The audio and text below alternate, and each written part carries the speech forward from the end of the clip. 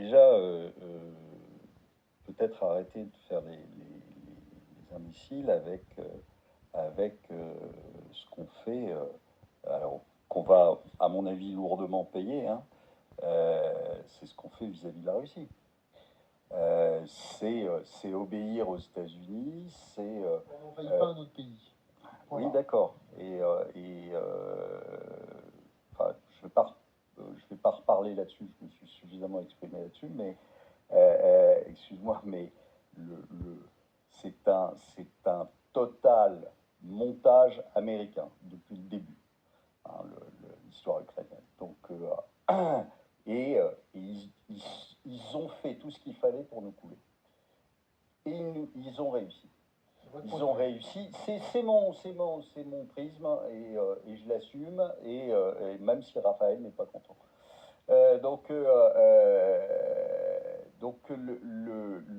C'est une opération montée par les Américains qui, depuis quand même 40 ans, foutent le bordel dans absolument tous les pays du monde, contrairement à la Russie qui n'a pas de base en dehors de son pays. Ils nous ont quand même aidé à se faire dégager d'Afrique, les Russes, non?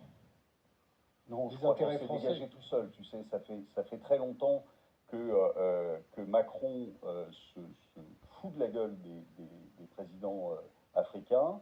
Ça fait très longtemps qu'il les considère comme des moins que rien. Ça a été filmé, donc on a... là aussi, il y a des sources, tu vois. L'histoire de la climatisation. Oui. Bon, donc, quand on se fout de la gueule des gens, au bout d'un moment, ça peut les énerver. Hein. Donc, ils ont absolument pas besoin des Russes pour nous foutre dehors. Ça fait longtemps qu'avec le franc CFA, on se permet de piller les pays africains et qu'on fait en sorte, alors à part quelques présidents qui en bénéficient largement de la corruption et pas malheureusement leur population, mais on a tout fait pour les maintenir en fait dans une crise économique perpétuelle. Il y a un moyen très simple en fait pour que l'Afrique décolle. Le problème aujourd'hui, c'est qu'en Afrique, on donne beaucoup de sous qui arrivent. Ben, je développe. Il y a un moyen très simple de faire en sorte qu'il se développe, hein, parce que je ne sais pas si tu as remarqué, mais enfin, ça fait quand même des années et des années.